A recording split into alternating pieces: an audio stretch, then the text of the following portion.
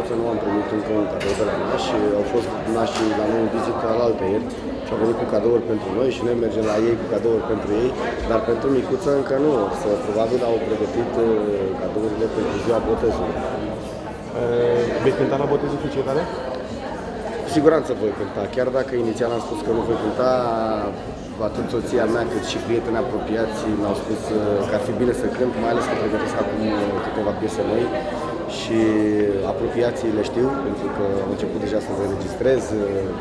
Primele impresii au fost în familie și între cei apropiați și am ascultat piesele împreună și mi-au spus toți că e păcat să nu cânt măcar 2-3 melodii.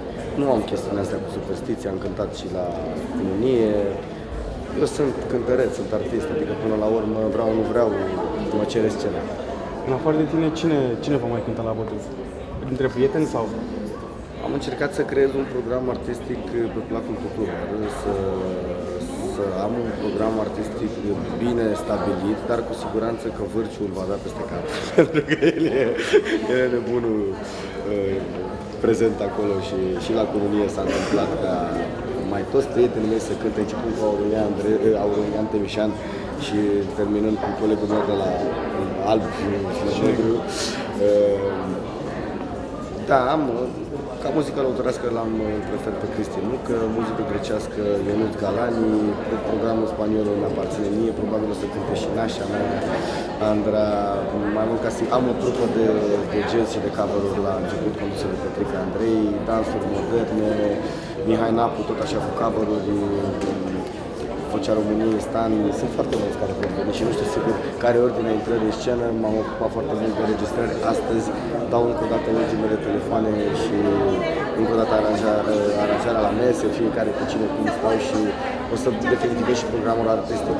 Sunt foarte mulți care vor și mă sună și spun, bă, vreau să cânt, chiar și Mălculescu și a zis mai spre dimineață până la 90. Le dai bani să cânte sau fac de plăcere din suflet? Programul stabilit e clar că trebuie să fie pentru că așa e normal. Și eu sunt artist și nici nu îmi convine să mă duc undeva stabilit și să-mi blochez o zi importantă din săptămână și să am un program artistic. Dacă eu vreau să fac o surpriză undeva unui prieten, nu mă fac niciun fel de protecție. La Colonie am avut foarte multe astfel de surprize. De data aceasta mi-am stabilit programul. Dacă există surprize, asta e o să schimbăm puțin programul. Am citit că ți-ai dori mai mult să petreci timp în familie alături de soția ta și fiica ta. Cam câte ore ți-ai alocat așa pe zi pe care tu ai considerat că e normal să le petreci în familie? Știu că ești un artist foarte ocupat și probabil soția ta îți înțelege viața și artistică și familială. Am noroc de o soție înțelegătoare, iubitoare și care mă susține în ceea ce fac în toate proiectele și mă bucur asta foarte mult. Atât cât am timp stau acasă. Chiar cu cea mai mare plăcere, azi noapte am ajuns undeva pe la ora 9 sau 10 și n-am mai ieșit din casă, fiind și foarte puțin pe înregistrări. Și proiectul Te cunosc de undeva în lucru foarte mult timp de dimineața de la 8 și jumătate până seara la 9 sau la 9, poate. Mai sunt și concerte între timp. Sunt zile mai libere, zile mai ocupate, n-am un program strict.